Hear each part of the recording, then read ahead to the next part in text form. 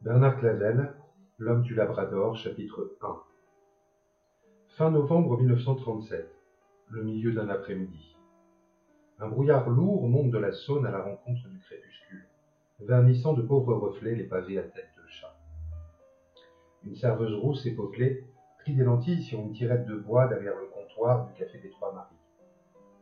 Lorsqu'elle entend approcher un pas, elle lève les yeux. Des gens passent sans regarder. D'autres tournent la tête avec un petit signe auquel la rouquine répond d'un hochement de tête qui anime d'une vague de feu la lourde toison coulant sur ses épaules. Dans une rue étroite du plus vieux quartier de Lyon, ce bistrot étire la nuit, de l'aube au crépuscule, durant toute la saison sombre. En été, lorsqu'approche midi, il arrive qu'on puisse éteindre la lampe pour 1 heure ou 2. Le grincement du bec de canne et la vibration des vitres font lever le regard de la serveuse. Elle n'a rien entendu approcher. Un homme qui doit marcher sur des semelles de crêpe essaie d'ouvrir. La rouquine lui fait signe de pousser. La porte cède en grognant, toute secouée de bas en haut d'un long frisson. L'homme descend la marche et se retourne pour fermer. « Faut soulever un peu, dit la fille. L'humidité fait gonfler le bois. Les gens ont l'habitude. » Le revers d'eau où la peinture grise s'écaille force sur la pierre du seuil. La porte fermée, l'homme se retourne en souriant et dit « Pas moi. » La serveuse semble ne rien comprendre, alors il ajoute « J'ai pas l'habitude, moi. » Elle le contemple de la tête aux pieds comme s'il tombait de la lune. L'air absent, elle observe. « Sûr que vous n'êtes pas d'ici. Je vous aurais vu une fois, je vous remettrai. » L'homme est de ceux qu'une fille n'oublie pas. Long et mince, barbe noire un peu folle mais qu'on devine soignée sous un apparent laisser-aller. Regard vif et profond à la fois, plus sombre encore que le poil. Le sourire découvre de larges dents blanches parfaitement régulières. Sa taille mince et serrée comme un manteau de cuir fauve, à large ceinture qu'il déboucle et laisse pendre. Sous le cuir, un pantalon et une veste de velours côtelé rouillé. Une chemise bordeaux ouverte sur une touffe de poils frisés. Lorsqu'il enlève pour le lancer sur le marbre d'une table son feutre brun à bord semi-roulé, sa chevelure ondulée est un instant comme habitée de vent. Animal soyeux, soudain libre. Laissant ses lentilles, la serveuse s'est levée. Sa main droite a empoigné une petite serpillière grise qu'elle passe et repasse sur le zinc luisant. L'inconnu la fixe un moment, à demi souriant, puis son regard se pose sur la main dont il suit un instant le lent va-et-vient. « C'est propre, vous pouvez me servir. » Il y a une lueur d'ironie dans sa voix chaude.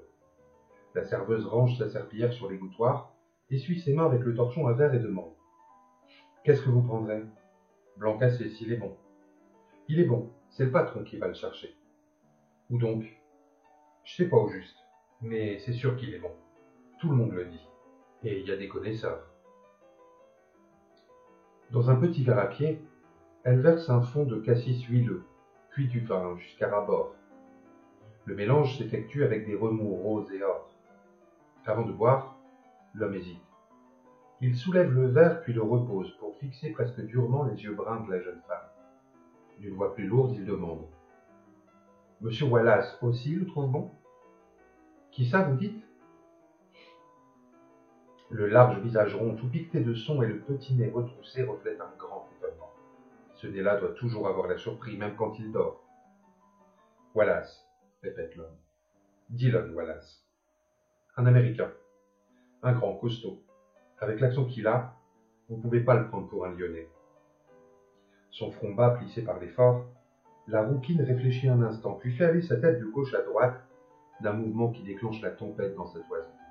Elle affirme « Je vois pas d'Américains par ici. Jamais vu ça. Il y a des Italiens, ça manque pas. Et qui braillent tous contre Mussolini pour qu'on leur casse pas leur vitrine. Des bicots, des primeurs espagnols, et même des réfugiés. Mais votre, je sais pas comment... Wallace. Dillon Wallace. Bah, celui-là, je vois pas. Ça fait plus d'1 an que je suis ici. Je peux vous dire que j'ai jamais entendu ce nom-là. Jamais. Depuis qu'il est entré, l'homme s'est tenu accoudé au comptoir, laissant pendre sa main gauche que la serveuse n'a pas pu remarquer. Changeant de position, il étale cette main sur le métal gris. L'index, le majeur et l'annulaire sont amputés des 2 premières phalanges.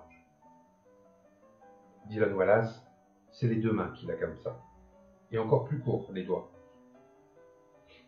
La fille a du mal à avaler sa salive.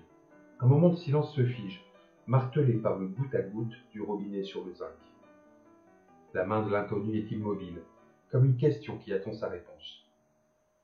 Alors là, sûr et certain que je l'ai jamais vu, votre gars. Ça m'aurait frappé. Les gens, je les regarde, moi. Vous pensez, une chose pareille. La main se ferme et se retire lentement. L'homme reprend sa position première. Il boit une petite gorgée, tandis que la rouquine l'observe, l'air inquiet, les lèvres serrées sur une question qu'elle finit par lâcher. C'est quoi? Un accident? L'homme soupire longuement.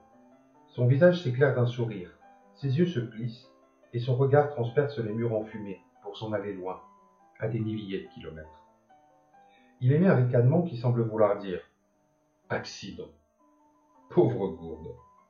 Comme si un type comme moi pouvait être victime d'un banal accident. Non, dit-il gravement. Gelure. Des engelures? Oh là là! Mais comment vous avez fait votre compte? Un autre silence s'étire pour laisser à l'homme le temps d'un voyage. Puis un mot tombe. Labrador. Le mot emplit le petit café des Trois-Maries. Il semble trop gros, trop chargé d'étrangeté, trop lointain pour ce vieux quartier tout enveloppé d'odeurs de moisissure et d'égout. Labrador. L'homme a répété le mot d'une voix plus basse, écrasé de fatigue. Sa main droite soulève le verre presque plein. Tout à l'heure, elle était ferme. À présent, elle tremble et du vin coule sur la banque. L'homme s'incline en avant pour ne pas se tâcher et vide d'un trait son verre qu'il pose en lançant. La même chose. Et si vous voulez en prendre un, c'est de bon cœur. J'aime mieux un café. Je vous l'offre. Merci bien. Elle serre le blanc cassé puis se retourne vers un énorme percolateur de cuivre et de nickel tout luisant. Son reflet et celui du client se déforment et se confondent sur le ventre de l'appareil qui crachote. Lorsqu'elle se retourne avec sa tasse fumante, l'homme demande. « Vous savez ce que c'est, j'espère ?» ?»« Quoi donc ?» ?»« Le Labrador. » Elle paraît gênée d'avouer son ignorance, mais finit par dire. « Je vois pas très bien. » »« Vous n'êtes pas la seule. » L'homme semble s'être repris. Sa main ne tremble plus, son regard est tout illuminé. On dirait qu'il vient soudain de découvrir une merveille. Vous voyez l'Amérique? Ma foi, donnez-moi un bout de papier. La fille fait 2 pas à droite, ouvre un tiroir qui sonne, en tire un petit bloc marqué Suze. Elle le pose devant l'homme avec un crayon. La main amputée se montre à nouveau et vient tenir le bloc, tandis que la droite dessine une espèce de double poire. Le crayon se pique au milieu de la poire supérieure. Ça, c'est les États-Unis. Il monte. Le Canada. Il monte encore en allant vers la droite. Là, c'est le Labrador. Il dessine un petit ovale. Tout près, Terre-Neuve. C'est une île. Terre-Neuve, j'en ai entendu parler. C'est là qu'on pêche la morue. La rouquine semble fière de son savoir. Elle ajoute. C'est pas la porte à côté. Non. Le crayon sort du papier et va se poser sur le zinc, à au moins 2 largeurs de banc. La France, l'a dit l'homme. Alors vous voyez que c'est pas tout près. Vous êtes allé jusque là-bas? Avec mon ami Wallace, et je vais y retourner. Mais avant, faut que je retrouve ce bougre-là. Il a des papiers pour moi. Il est à Lyon, vous croyez? On s'est quitté à Nantes. Il m'a dit, en novembre, je serai à Lyon.